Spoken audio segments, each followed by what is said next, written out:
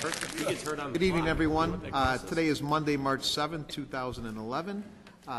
Regular City Council meeting for the month of March. If you'd all please rise for the Pledge of Allegiance, please. Thank you.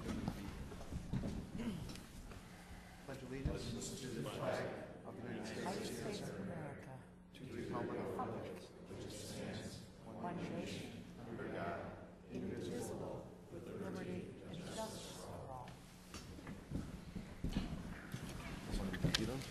And to make this meeting official, I just ask Clerk Spencer to call the roll, please. Gudenkauf. Here. Pezza. Here. Shea. Here. Leader. Here. Rose. Here. Graham. Here. Pipskin. Here. York. Here. Levin. Here. Healy. Here. Morley. Here. Kennedy. Here. Mulliner. Here. Wagner. Absent. 13 present, 1 absent. 13 present, 1 absent. We have an official quorum. And at this time, I go on to item number 3, which is our area where we receive any written communications and or petitions from the public. Is there anyone that has any written communications and or petitions from the public? If there is, if you could please rise and present those to Clerk Spencer, who's here to my right. Anybody with any written communications and or petitions from the public? Seeing none, I'll go on to our public forum section of our meeting. And at this time, Clerk Spencer, has anyone signed up for public forum? Yes, we have 3 people tonight, Mayor. First, we'll start with Katie Munoz, 134 North Larch. Okay, and just so everybody understands for public forum, we'll allow 3 minutes. And I have a new little iPhone that's got a timer on it, so it will go off at 3 minutes with a little beep noise. So I don't want to offend anybody, but we'll. Should we synchronize? Give me 1 second here. 1 second. Go ahead. Are we going? Are we on? Okay. My name is Katie Munoz. I do live at 134 North Larch Avenue, and I've been up to this microphone on more than 1 occasion over the past 2 years to address the council about the First and Larch Avenue parking deck. During that time, I and many of my neighbors expressed our dismay and concerns about the construction of this garage, and as council members, you were kind enough to listen to us every time we were here. I've always believed that turnabout is fair play, and if we as residents can get up here to complain and voice concerns, we can also get up here to thank you when something is done well. Although the beginning phases of that garage were a little dicey to us on Larch Avenue, we soon recognized that our thoughts and concerns could not only be voiced, but would be listened to. Both the city and the principal members of ARCO Murray quickly realized how important it was to us Larch Avenue residents to maintain the sense of neighborhood and atmosphere we all love, and they worked with us to preserve that feeling to the best of their ability. So I'd like to take this opportunity to offer some long overdue thanks to the city and members of the city staff for listening to us. I personally was able to talk to Than Warner and Mike Hughes on a number of occasions, and they were always very helpful and very professional, and we're thankful for that. Tom Borchert, thank you for always answering voicemails and emails. You did a great job of building and maintaining a bridge between residents, designers, and city government.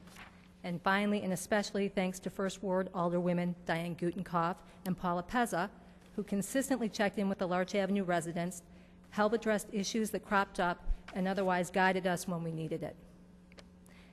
As Elmhurst continues to grow, we won't be surprised to see more construction down at the end of Larch Avenue, but we do know that if this is the case, the construction of the parking deck serves as a good example of how the city can move forward while still preserving the integrity of its surrounding neighborhoods. And so I just want to take this opportunity to thank you all. Thank you. Okay, next we have Claude Pagash, 566 West Gladys.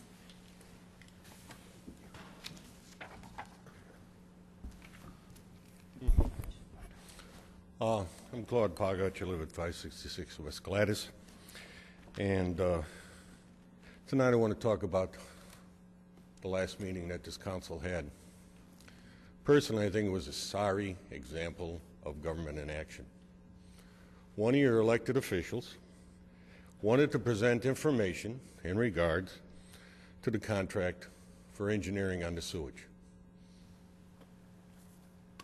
During that entire meeting, there was nothing but condemnation of the council member. She was elected by her ward to represent them, and in that process, look out for their interests as well as the interests of the people of Elmhurst. But in presenting what she thought was evidence that the contract prices were too high. The only thing I heard was, we don't have the time to think about it, look at it. We don't have time to discuss it, but we sure had a hell of a lot of time to condemn her. She's a council member.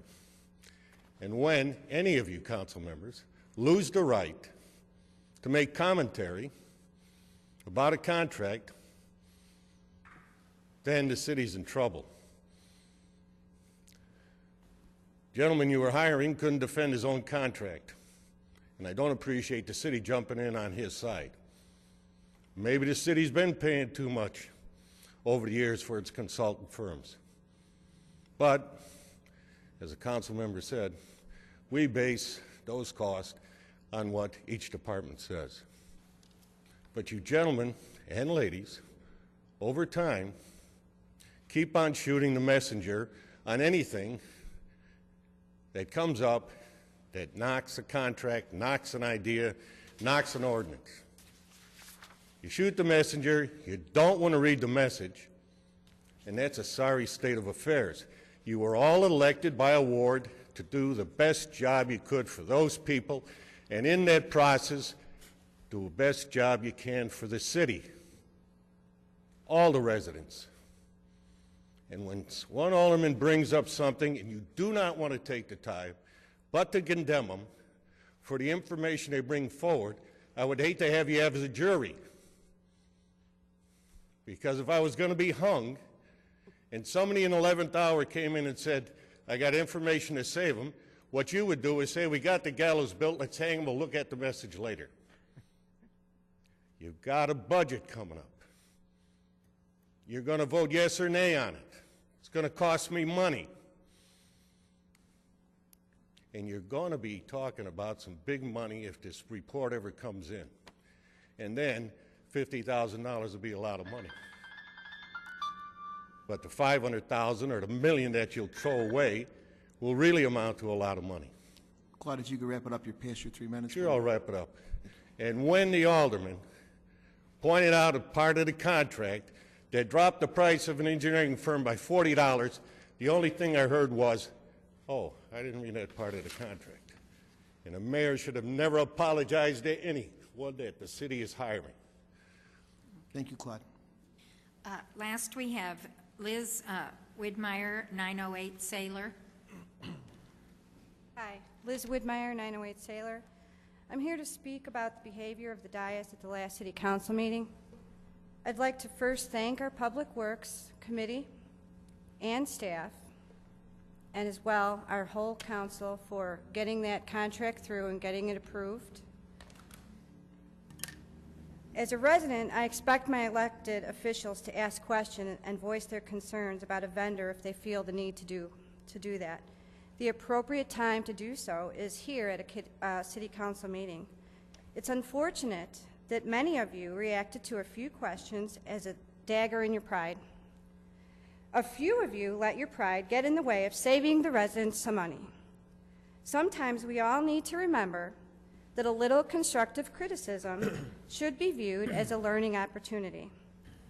Any vendor that positions themselves with a contract in the city of Elmhurst should expect questions and not apologies. I had to wonder just how independent of a study is this if we find the need to apologize to a vendor. Because one of our elected officials asked a few questions. If our elected officials can't ask questions, then why do we ever spend the time reviewing and adjusting a contract? Why not just put the bid out on the press and say, anything goes, come on in. This might be your playground, but it's my money you're spending. Moving forward, I would like to see a council that can discuss these issues with dignity and respect amongst yourselves, or amongst one another. You have a lot of work ahead of you, and not on just this issue. Thank you. Thank you. That concludes public forum, Mayor. Thank you, Clerk Spencer. At this time, I'll close the public forum portion of our meeting and go on to our consent agenda. At this time, is there anyone who might have a question on a particular item, might want to vote no? On any particular item on the consent agenda, at this time, please indicate what that item might be. Okay. Having heard none, I would ask for a motion and a second to approve the contents of the consent agenda in its entirety. Alderman Brown with a motion, Alderman Shea with a second. Clerk Spencer, if you could please call the roll, please. Graham. Aye. Shea. Aye. Leader. Aye. Rose. Aye. Hipskin. Aye. York. Aye. Levin. Aye. Healy. Aye. Morley. Aye. Kennedy. Aye. Mulliner. Aye. Wagner, absent. Gudenkauf. Aye. Pezza. Aye. 13 ayes, 0 nays, 1 absent. 13 ayes, 0 nays, 1 absent. The consent agenda passes in its entirety. On to item number 6, reports and recommendations of appointed and elected officials. Updates from myself. We've got a little bit of a long night going in the budget. Before we enter into that, I would just like to extend an invitation to everybody for St. Patrick's Day Parade, which is coming up this Saturday. We have the second largest St. Patrick's Day Parade in the state of Illinois, which I think is terrific. And I know we'll all be out there. Many of us will be out there walking. It's a great community event, and although it sounds a little more like an announcement, I think it's part of our community. So that's my report. Your half Irish, half Italian mayor will be out there in force with all the council people, and look forward to seeing everybody. So, City Manager Borchard, status of progress or stormwater comprehensive plan. Not, excuse me, not a lot to report. However, the Burke RJN contract has been executed. Burke and RJN are on the job. More particularly, RJN is actually in the city of Elmhurst doing manhole inspection, placing monitoring devices, and gathering data as part of the comprehensive flood plan, which is their responsibility. Burke is looking at records, looking at public works contract records. They're beginning their calibration of rainfall events to do the modeling of storms, and looking at the wastewater treatment plant, peak flow records and rainfall data, all part of the first phases of that comprehensive plan. So as designed, they were noticed that get ready. Council approved the contract last Monday. Those documents have been executed, and the Burke RGN team is in the field beginning actually last week. And for the mayor's task force, the stakeholders, we will be identifying a date towards the end of March for a meeting with those folks, and then dividing those folks up into 5 working stakeholder groups to collaborate, coordinate with, and assist the consultants and the city staff doing the comprehensive flood plan work. Certainly the city council will be noticed as to when that information meeting is, and all of the flood work, as we're getting reports, we're posting on the city's website. Not so much an update on the flood planning work, but an update on Salt Creek. There has been a wet winter, a snow melt, and some rainfalls, and the creek has swollen. The creek has gone down. We see media in Ohio and Indiana and up in Minnesota talking about floods. We have had some calls at City Hall about Salt Creek. At this point, Salt Creek is not in any risk situation. The creek did go up after the Friday rains to an elevation. It has dropped since then about 3 feet. It's already dropped back about 3 feet. There is a connection, by the way, on the city website under flooding to the DuPage County USGS data, where you can actually identify through your home computer the elevation of Salt Creek at the Elmhurst-Scugga-Stone Quarry Reservoir. Would you let you know that? Anybody in the community that would be interested, you can actually monitor the status height of Salt Creek in that regard.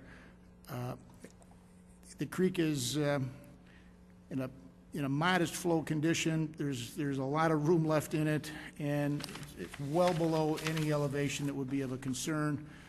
There's no concern relative to Salt Creek until the Elmhurst Stone Quarry, frankly, would be full of water, and it's no threat at all of water even getting at a point of flowing into that reservoir, even though we've got a couple inches of rain forecast over the next week. So Public Works crews watch that, the county watches that, and again, the creek has been, for the most part, solved by the quarry project and then by the Elmhurst Burn project. The comprehensive flooding work is more about the internal characteristics of the Elmhurst stormwater collection system and sanitary collection system. If no questions, end of report. Thank you, sir. Thank you, City Manager Borchert. Anybody else, any other reports from any of the elected officials at the dais? Okay. Anybody? All right. Other business?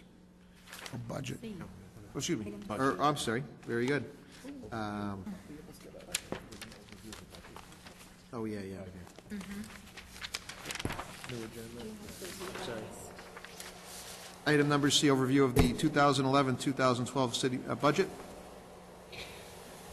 City Manager Borchert.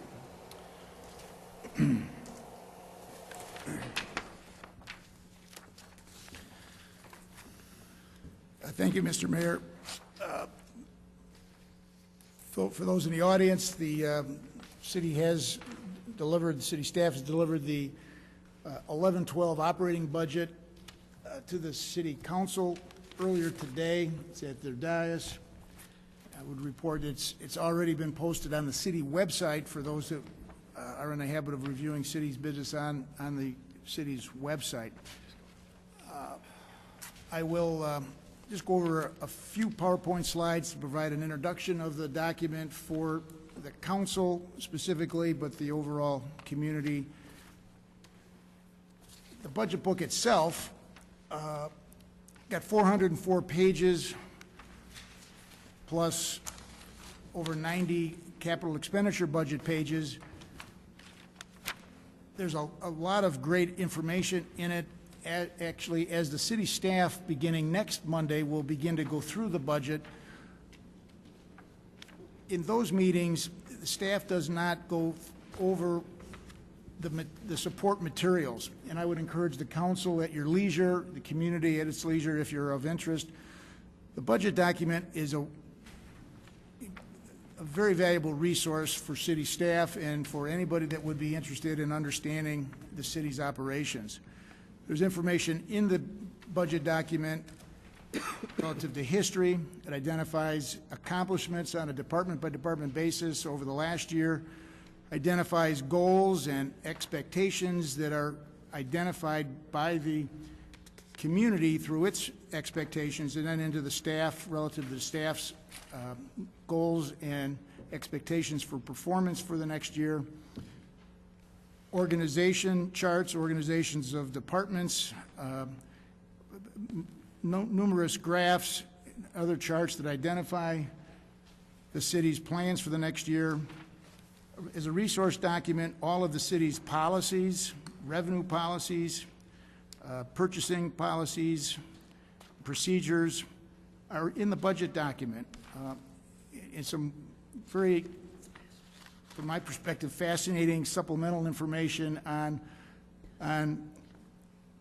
aspects of the community, population, sizes of businesses, sizes of operations, equalized assessed value, great history, and would again encourage the council to go through it as you have opportunity as it is a foundation document for the actual budget itself. The budget really then provides the foundation of a planning document to achieve the city's mission, which is to provide service. We have, as a budget, it's really nearly a year-long activity, a year-long effort. This doesn't get created by the city staff in a vacuum. City staff develops that budget with input from the community, input from the mayor council, input from its advisory commissions, other organizations and institutions in the community on a very specified timeline that is adhered to if at all possible. we're right on schedule with that budget process. One of the more significant elements of the budget planning process, again, to make sure that the budget isn't created by anybody in a vacuum, but through the overall city council, we follow the mayor city council budget message. Pay very close attention to that document as all of the staff then participates with its responsibilities, preparing its portion of the budget document. Frankly, over the last couple of cycles, the budget process has been a little more challenging than it has been. It's always a challenging endeavor, but particularly challenging over the last couple of years because of the broader economy that Elmhurst is, as all of the state of Illinois is operating within. Some of the, not all of, but some of the tactics applied to the budget process were to go back to the model year, back in 1994-95, when revenues exceeded expenditures and there was contributions to the fund balance. We've studied how did that happen and how was that so successful and how can we get back to that type of a balance going forward. Certainly a very thorough review of every service, every expenditure has to be done on a frankly, more than an annual basis. It's a everyday responsibility. We did look to our entire city of Elmhurst team of employees, created a big ideas committee where every department was represented, and this group continues to meet to review big ideas and little ideas and any idea, frankly, that would help operations, help productivity, help provide a higher quality service to the community. We received a consulting review, a look over the shoulder from a consulting firm that provided some assistance. We still refer back to the task force report that was done now about a year and a half ago. Very well thought out report with volunteers that were positioned in a position of a stakeholder, but also with financial acumen that provided a suggestion that continues to be valuable. Last year, not so much this year, but last year to achieve a balanced budget, budget was cut in areas that really couldn't be sustained going forward, but it was done to allow for a balanced budget last year. We looked at that again this year. Last year, there were recommendations made by the staff that the City Council supported that identified shifting of some previously capital expenditure areas into operational areas, just to get through that rock and a hard place. We've looked at that for this fiscal year. We're pleased to report that that's not necessary from at least the budget committee's perspective and not from the city manager or budget officer's perspective. We're not suggesting that capital be used for anything but capital in this current cycle of a budget. We continue to look at innovative areas of revenue and of operational techniques, and we've now rolled into our operations with the council's support and authority, the administrative TOWs, wireless radio alarm system, local adjudication, all of which I think are working, frankly, beyond our conservative expectations. And we look at, in a very thorough fashion, the citizen survey, because this is, we believe, what the whole operation is about. What does the community expect? What is the community preferences? We don't always individually or collectively get what we want in life, but we certainly strive to have a list of goals and objectives and work to receive those. This is what the community has identified it would prefer. We're looking at these areas of service as we develop that budget. The budget document itself, there are several funds. Again, there are hundreds of pages of the budget document. It is broken down into the general fund, which includes the capital improvement fund. That general fund, capital improvement fund, as well as the working cash fund are the high priority funds relative to attention, relative to needing to be focused on more aggressively than others because of the issue that the fund balances are not within the prescribed council's policy. We certainly look at all of the other funds in a very aggressive fashion. All the other funds are studied and evaluated and go through the same rigorous review before they're put in the budget document as a recommendation. But I wanted to assure the council that that general fund, capital improvement fund, and working cash fund were looked at more aggressively. The general fund, as we get into the budget document, into the hundreds of pages of details relative to the general fund, it summarizes down into this chart of 2 years of actual fiscal year efforts, where we were as a community going through that rock and a hard place and needed to use fund balance to provide services. Fund balance dropped. You can see 08, 09, at the end of that year, fund balance dropped. Over $3.8 million was taken out of the bank, if you will, to provide services, reducing the fund balance. The next year, $2 million was taken out of the bank. We reduced fund balance but provided services. Fiscal year 10-11, which is the year we're in, the task force had recommended that going forward, no more money should come out of the bank of the general fund, but we should begin a process of reestablishing proper fund balances. The city council provided direction in its message to the budget team on how to prepare the budget, indicating that the budget should be a balanced budget. That balanced budget was prepared, approved, originally anticipating about a $233,000 contribution to the fund balance as opposed to a drawdown. That budget was approved. There was direction from the community and from the mayor city council to beat that, if at all possible. That fence of spending was approved, but don't spend to the fence, spend less to the fence, and continue to work on revenues. About halfway through the fiscal year, it was projected that $233,000 contribution to fund balance, good news, might go up to almost $750,000.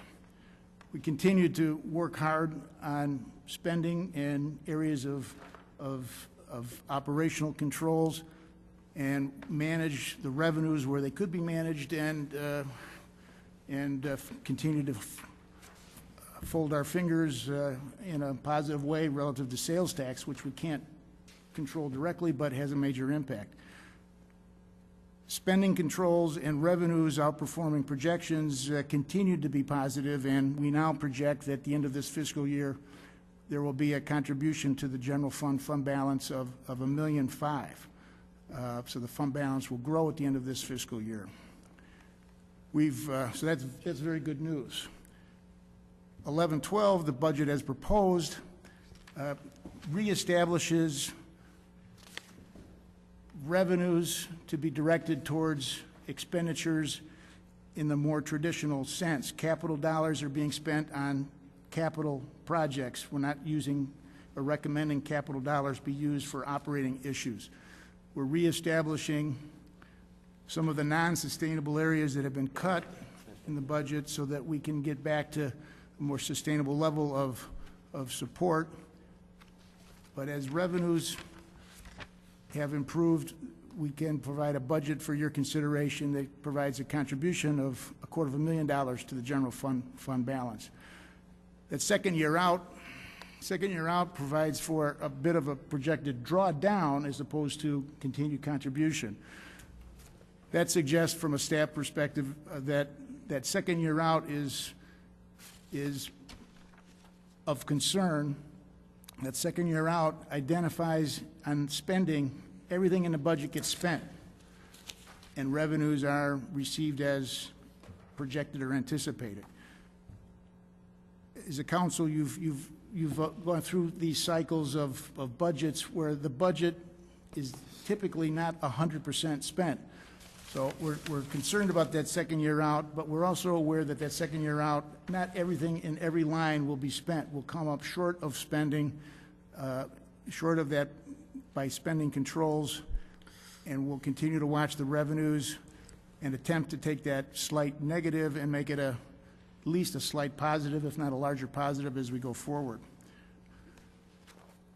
That results in this fund balance range goal beginning to improve. The black line at the top is the actual fund balance. The 3 to 4 months range, the council policy of what the fund balance should be in the general fund is the broad blue band.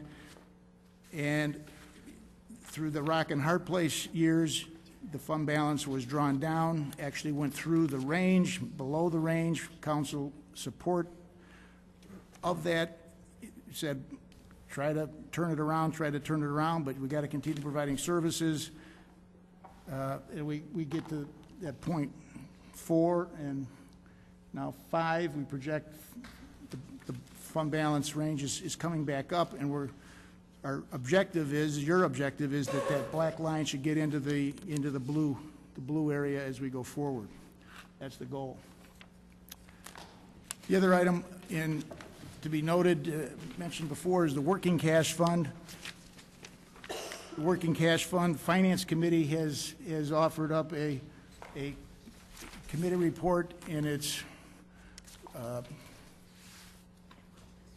committee meeting minutes that they're supporting a notion of more aggressively directing dollars back into the working cash fund as required to reestablish that working cash fund. From a budget officer perspective, we're in a support position to that. Rather concurrent fashion, the Finance Committee is doing its work while the Budget Committee and the City Manager / Budget Officer is doing its work. In parallel, that work has resulted in now a budget document being presented to you where the budget provides a recommendation that $190,500 be approved to be distributed from the general fund to the working cash fund before the end of this fiscal year, 10-11, resulting in that working cash fund then having a balance by the end of the fiscal year of $221,000 as opposed to last year's $30,000. That makes actually this contribution of $1.5 million to the general fund. Recognize that you're operating in the black at $1.5 million in the general fund and $190,500 in the working cash fund. Good news. We're projecting and proposing in the 11-12 budget that an additional installment be made in that year and in the next year to the working cash fund, so that at the end of the 12-13 fiscal year, that working cash fund will be back up to $609,614. Again, understanding that we're proposing in the budget this year, next year, and the following year to take almost $600,000 out of the general fund and reestablish dollars in the working cash fund. Understand that as you look at the 12-13 year, with every item in the budget being spent, we draw down the general fund by $306,000. It's easier to understand that, understanding we're trying to take that and make that negative into a positive, while the budget shows that $600,000 is going into the working cash fund. So in a summary, the 11-12 budget that we'll look at beginning line by or area by area, at least next Monday night, is better than balanced. There's positive numbers. It's in the black, but the spending is still throttled. The 11-12 budget reestablishes many of the previously reduced levels of service, provides a reasonable but throttled support for infrastructure maintenance, provides funds for the comprehensive storm and sanitary system planning work, provides for scheduled payments to the working cash fund, and does anticipate an increase in the general fund balance for the 10-11 year and 11-12 year. Continued great care and focus must be directed, however, at all revenues and expenditures, as the 12-13 budget projection anticipates a need to use the general fund balance rather than to contribute to the general fund balance. So with that, we present for your consideration and use the 11-12 budget. What's next is what's always done at this point in time. We get the budget on the website. Mr. Trozine said that's already been done. Get a hard copy to the library. City Council's got its working hard copy. Committees do review of their operational areas of the city budgets as they have an opportunity in committee if they would wish. The Finance Committee, though, specifically does review revenues and gets an understanding of the revenue projections to help city staff and the budget team discuss this when we review it with the City Council in its committee of the whole or special council meeting formats.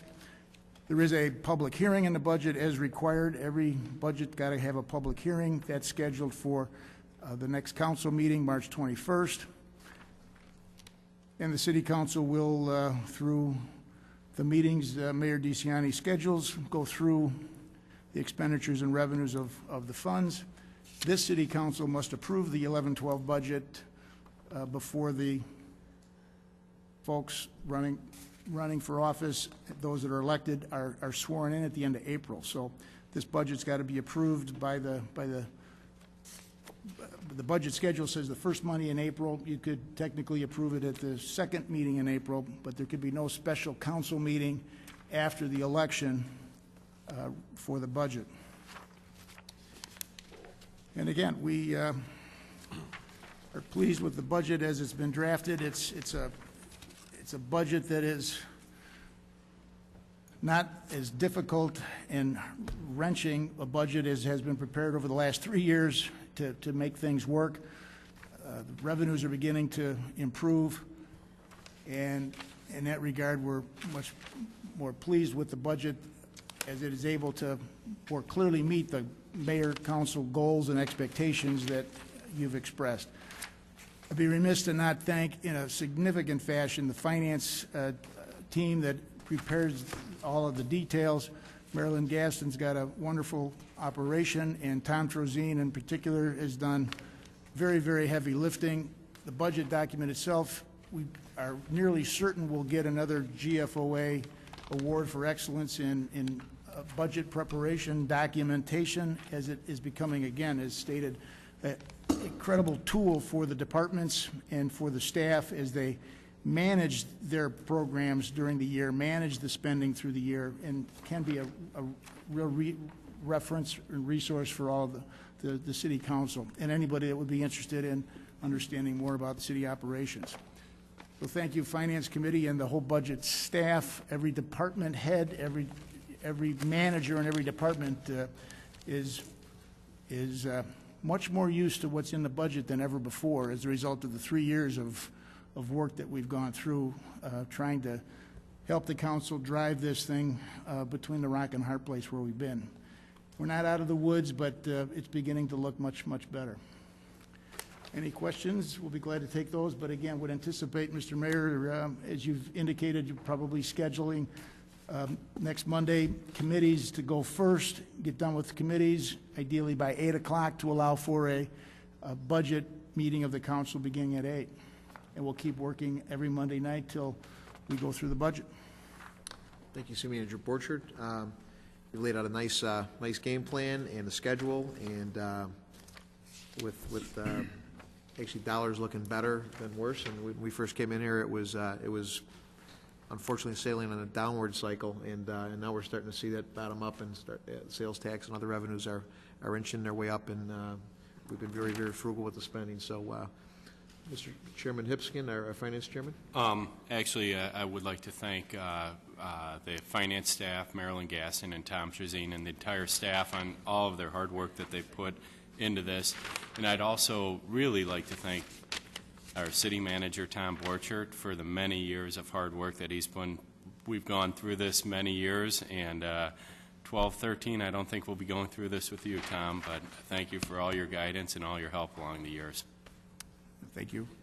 There's a saying that I'll replicate: steady as she goes. And when you're going through these turbulent times, to have good people at the helm that have a steady hand and don't overreact and make rash decisions and are very, very smart and diligent. And I think that's what we have with all of our, not only our city manager, but our staff as well, too. So I appreciate everybody's hard work over the last couple of years. And for our Elmhurst residents who are now starting to shop more, and we're seeing those dollars come up. I was with Kurt Shealy the other day over at Elmhurst Toyota, and he said that that 30% purchase from local residents has gone to 47. His goal is naturally 100%, but that's starting to impact as well, and it's just, those are dollars that, you know, keep property taxes down and allow us to keep the services up where we expect it, so keep on, I think, as the economy gets better, keep on spending those dollars locally, and just so important. We've got a plan we're going to be rolling out through the Elmhurst Economic Development Commission that will be educating the consumers on that as well, too, along with the Chamber of Commerce. So, Alderman Brown.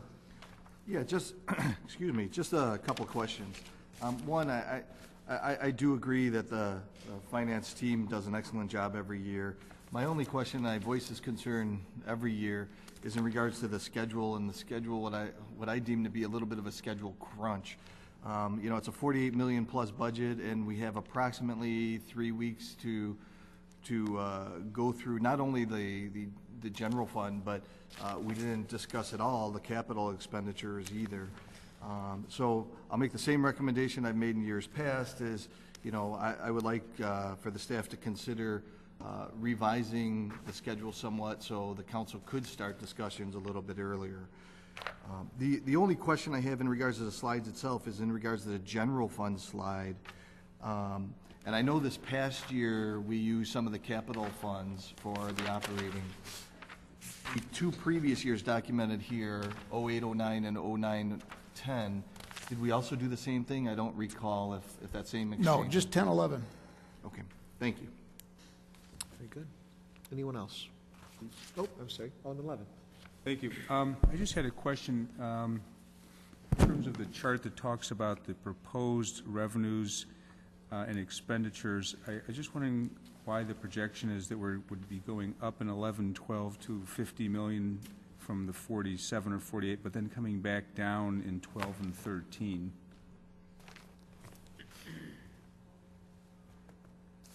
Total revenues and other sources, general fund. The bigger swings on spending and revenues go towards capital projects. As Alderman Bram has referred to, the Capital Improvement Fund will fund projects in the general fund, in some cases the parking fund. So there'll be revenues from that Capital Improvement Fund that will slide into, with council's approval, other areas for spending. And the maintenance operations of the city of Elmhurst are pretty steady. We don't hire a lot of employees, let employees go. It's the construction that ebbs and flows in bigger numbers if there's a bigger project. And in the 11-12 and 12-13 is the mixed-use project on Addison, a large parking project, retail shell project, $12 to $13 million. So that begins to have a significant impact on not revenues directly, but it's listed under other sources. Monies could be moving into revenues in that category and certainly into spending for capital. Thank you. Chairman? And this is to Alderman Levin. Page 217 of the capital project should account for about $7.2 million of that. Page 217. Thank you. We'll get to that when we overview this whole thing.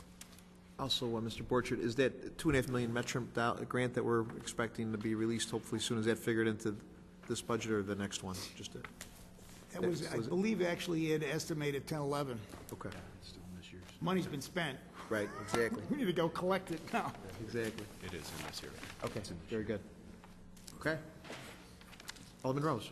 I'll get in line behind Alderman Hipskin to thank the city manager as well as Ms. Gaston and Mr. Trozine and their staff. I think what this shows is this wisdom of the working cash fund. It's sometimes called a rainy day fund. Some people have liked to call it a slush fund. It really is. It's the rainy day fund, and I think it shows the wisdom of various councils in saying that is important. At any one point, you could have said, oh, it's a rainy day, it's raining, let's spend some of the money, let's spend some. I think that we wisely held on to that until there was a downpour.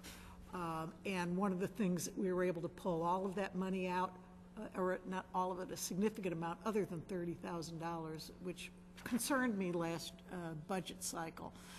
But what we see is the wisdom of keeping that, and I really support our trying to pull that fund back up.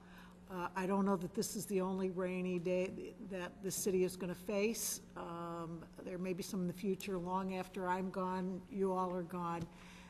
And I think to have that, quote, savings account, that's what I really like to think of it as, when you actually need it. And I'm actually proud of the council that last year we knew that we had to spend that, and which is what we did. But I think when times get better, people always say to me, why can't you run the city council budget like your home? And I think you do. When times are better, you start putting money back into that savings account. And that's what we absolutely have to do at this point. And so I applaud city manager and various city councils in the past for doing that. It's a wise policy, and you see the wisdom of it. Thank you. Thank you, Alderman. Alderman Peasant. Thank you. I just want to be sure or clear that there will be a time dedicated to discussing the capital budget at some portion of one of the meetings? We come when called. We're here. Okay, Absolutely. Absolutely. Very good. Anybody else? Okay.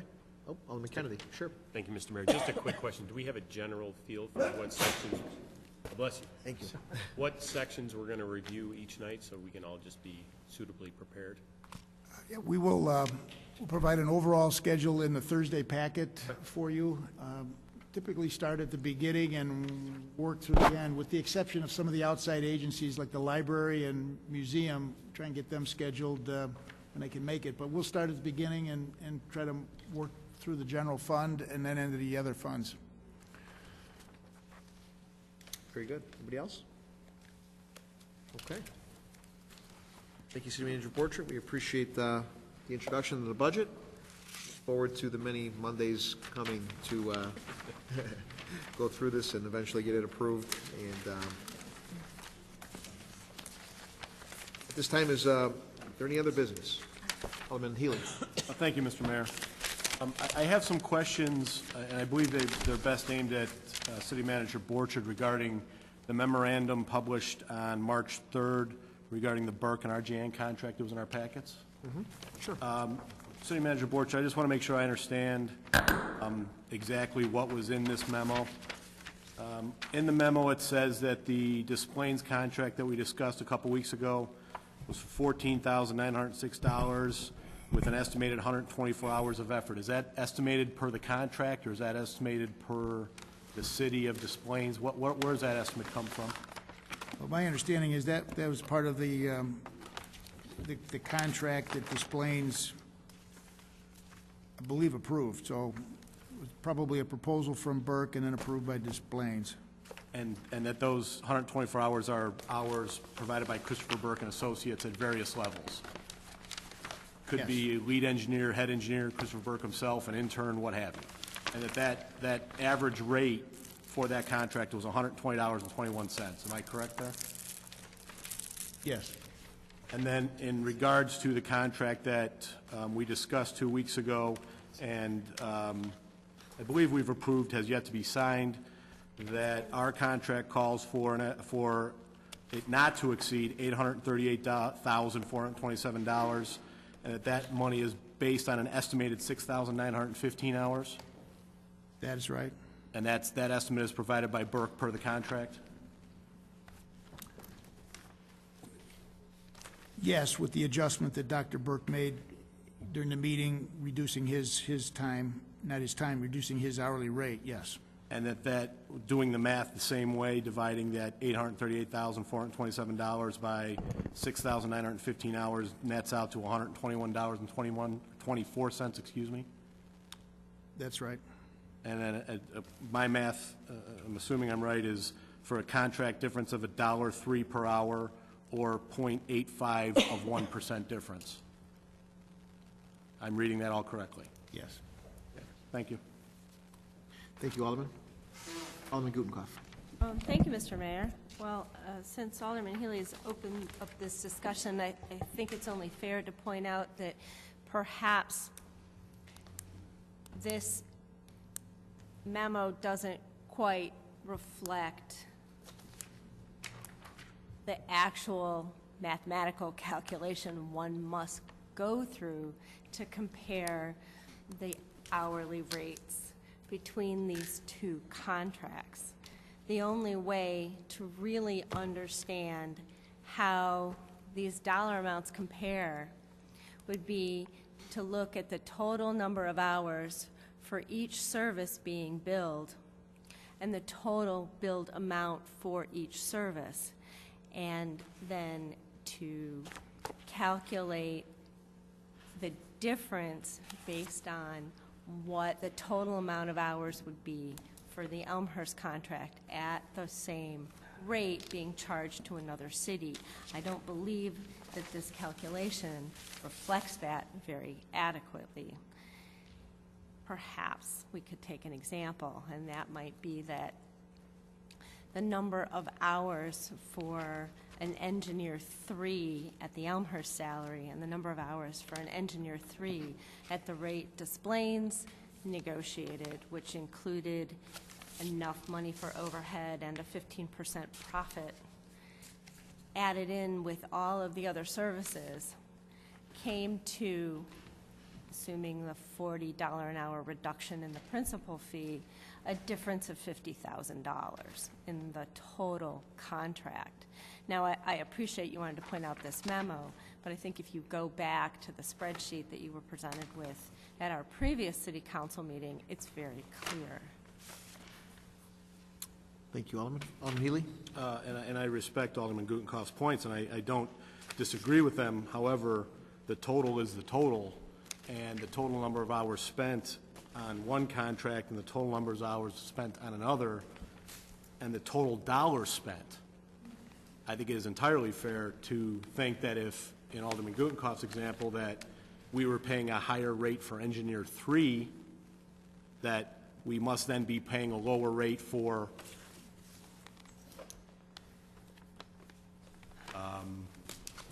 CAD operator 2, because the dollars can't work any other way.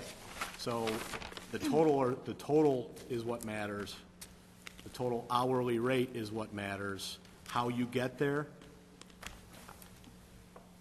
almost doesn't, because at the end of the day, we're cutting checks to Burke in the amount of up to, not to exceed, $838,427, much like Des Plaines cut checks not to exceed $14,906.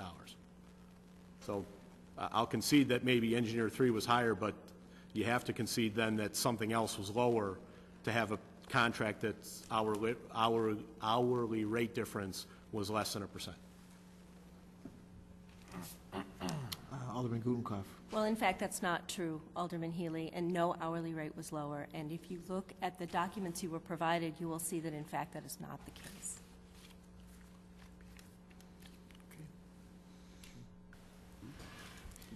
Any other business? Hearing none. Announcements. Anybody with announcements? Alderman Pezza. Thank you. On Tuesday, March 29th, from 10 till 10:45 a.m., the Elmhurst Children's Library will be hosting the Imagination Theater's Ease the Tease program for families with kindergartners through 5th grade. It is a humorous, low-key program where children learn how to handle teasing in their lives by learning simple and empowering techniques. Tickets are available to Elmhurst residents with a library card at the Children's Library starting 9 a.m. the day of the show. Ease the Tease is based on the popular reference for parents and educators by licensed school social worker and bullying prevention specialist Judy Friedman. During her talk, Judy will present 10 strategies that parents can share so their children can successfully and confidently handle teasing. Ms. Friedman will be the featured speaker for this year's District 205 Parent Night, Thursday, April 7th at 7 p.m. at Field School. The event is sponsored by the District 205 social workers. It is free and open to the public, so please mark your calendars and attend. This is a very important and pressing issue that is real and is going on in our schools today, so please try to attend. Thank you, Alderman Pezza. Any other announcements? Okay. Don't forget, again, this Saturday, noon, Spring Road, Jim O'Connor and company with the Elmhurst St. Patrick's Day Parade. It'll be a ton of fun. All the restaurants and the pubs will be open for festivities, for economic development, so enjoy, and shop Elmhurst. And we need a motion to adjourn, please. Alderman Hipskin, second by Alderman Morley. All in favor, say aye. Aye. We're adjourned.